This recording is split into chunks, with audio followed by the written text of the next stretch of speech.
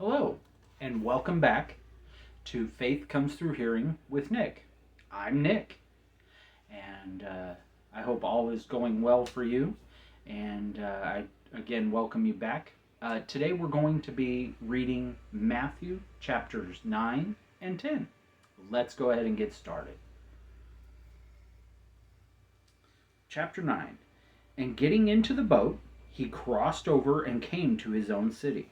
And behold, some people brought to him a paralytic lying on a bed. And when Jesus saw their faith, he said to the paralytic, Take heart, my son, your sins are forgiven. And behold, some of the scribes said to themselves, This man is blaspheming. But Jesus, knowing their thoughts, said, Why do you think evil in your hearts? For which is easier to say, Your sins are forgiven, or to say, Rise and walk? But that you may know that the Son of Man has authority on earth to forgive sins, he then said to the paralytic, Rise, pick up your bed, and go home. And he rose and went home.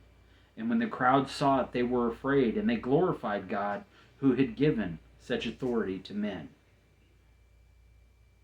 As Jesus passed on from there, he saw a man called Matthew sitting at the tax booth, and he said to him, Follow me. And he rose and followed him. And as Jesus reclined at table in the house, behold, many tax collectors and sinners came and were reclining with Jesus and his disciples. And when the Pharisees saw this, they said to his disciples, Why does your teacher eat with tax collectors and sinners? But when he heard it, he said, Those who are well have no need of a physician, but those who are sick. Go and learn what this means. I desire mercy and not sacrifice, for I came not to call the righteous, but sinners. Then the disciples of John came to him, saying, Why do we and the Pharisees fast, but your disciples do not fast? And Jesus said to them, Can the wedding guest mourn as long as the bridegroom is with them? The days will come when the bridegroom is taken away from them, and then they will fast. No one puts a piece of unshrunk cloth on an old garment, for the patch tears away from the garment, and a worse tear is made. Neither is new wine put into old wineskins. If it is, the skins burst, and the wine is spilled, and the skins are destroyed. But new wine is put into fresh wineskins, and so both are preserved. While he was saying these things to them, behold, a ruler came in and knelt before him, saying, My daughter has just died, but come and lay your hands on her, and she will live. And Jesus rose and followed him with his disciples. And behold, a woman who had suffered from a discharge of blood for 12 years came up behind him and touched the fringe of his garment. For she said to herself, If I only touch his garment, I will be made well. Jesus turned, and seeing her, he said, Take heart, daughter, your faith has made you well. And instantly the woman was made well. And when Jesus came to the ruler's house, and saw the flute players and the crowd making a commotion, he said, Go away, for the girl is not dead, but sleeping. And they laughed at him. But when the crowd had been put outside, he went in and took her by the hand, and the girl arose. And the report of this went through all that district. And as Jesus passed on from there, 2 blind men followed him, crying aloud, Have mercy on us, Son of David. When he entered the house, the blind men came to him, and Jesus said to them, Do you believe that I am able to do this? They said to him, Yes, Lord. Then he touched their eyes, saying, According to your faith be it done to you. And their eyes were opened, and Jesus sternly warned them, See that no one knows about it. But they went away and spread his fame throughout all that district. As they were going away, behold, the demon-oppressed man who was mute was brought to him. And when the demon had been cast out, the mute man spoke. And the crowds marveled, saying, Never was anything like this seen in Israel. But the Pharisees said, He cast out demons by the prince of demons. And Jesus went throughout all the cities and villages, teaching in their synagogues and proclaiming the gospel of the kingdom, and healing every disease and every affliction. When he saw the crowds, he had compassion for them, because they were harassed and helpless, like sheep without a shepherd. Then he said to his disciples, "The harvest is plentiful, but the laborers are few. Therefore, pray earnestly to the Lord of the harvest to send out laborers into his harvest." And he called to him, chapter 10, and he called to him 12 disciples and gave them authority over unclean spirits, to cast them out and to heal every disease and every affliction. The names of the 12 apostles are these: first Simon, who is called Peter, and Andrew his brother, James the son of Zebedee and John his brother, Philip and Bartholomew, Thomas, and Matthew the tax collector, James the son of Alphaeus and Thaddeus, Simon the Zealot, and Judas Iscariot, who betrayed him.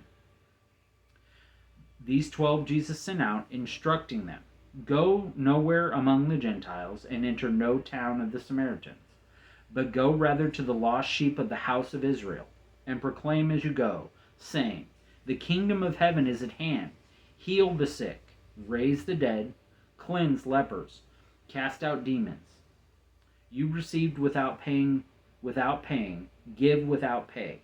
Acquire no gold or silver or copper for your belts, no bag for your journey, or 2 tunics or sandals or a staff, for the laborer deserves his food.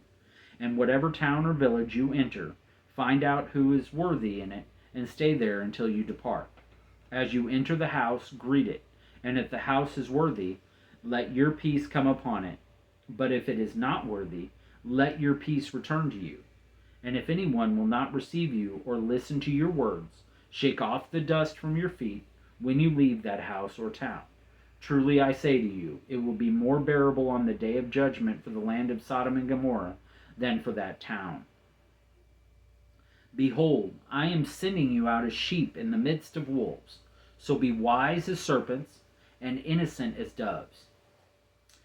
Beware of men, for they will deliver you over to courts and flog you in their synagogues, and you will be dragged before governors and kings for my sake, to bear witness before them and the Gentiles. When they deliver you over, do not be anxious how you are to speak or what you are to say, for what you are to say will be given to you in that hour. For it is not you who speak, but the Spirit of your Father speaking through you. Brother will deliver brother over to death, and the father his child, and children will rise against parents and have them put to death. And you will be hated by all for my name's sake.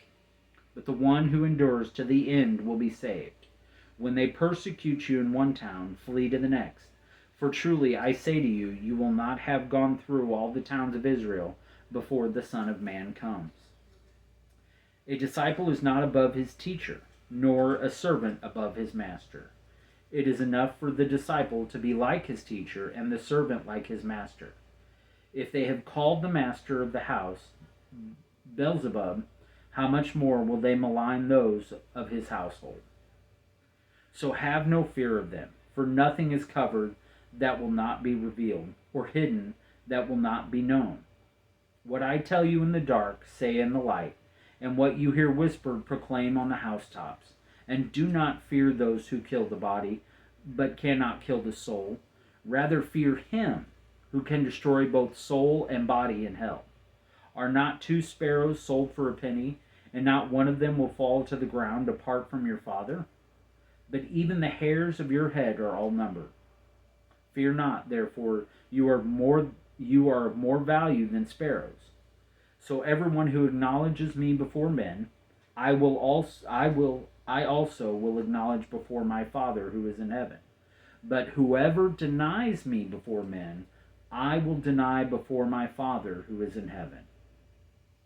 Do not think that I have come to bring peace to the earth. I have not come to bring peace, but a sword. For I have come to set a man against his father, and a daughter against her mother, and a daughter-in-law against her mother-in-law. And a person's enemies will be those of his own household. Whoever loves father or mother more than me is not worthy of me. And whoever loves son or daughter more than me is not worthy of me. And whoever does not take his cross and follow me is not worthy of me. Whoever finds his life will lose it, and whoever loses his life for my sake will find it. Whoever receives you receives me, and whoever receives me, him who sent me. The one who receives a prophet because he is a prophet will receive a prophet's reward. And the one who receives a righteous person because he is a righteous person will receive a righteous person's reward. And whoever gives one of these little ones even a cup of cold water because he is a disciple, truly I say to you, he will by no means lose his reward. So that was Matthew chapters 9 and 10. I hope it was informative and that you were blessed by it. I would encourage you to go back when you have a moment and read those chapters. Again, asking questions of the text, praying over the text, asking God to reveal his truth through his word. Again, if you have any questions or prayer requests, please feel free to put them in the comments. I will get to them as soon as I possibly can and answer them as quickly as I can, the questions. And in terms of the prayer request, I will be praying over those as they come in. Again, please share these videos with everyone. We can spread the word certainly faster that way. And again, I hope this was a blessing to you as much as it was to me. And I hope you like these videos. And please subscribe and again, share. I will see you next time. Bye.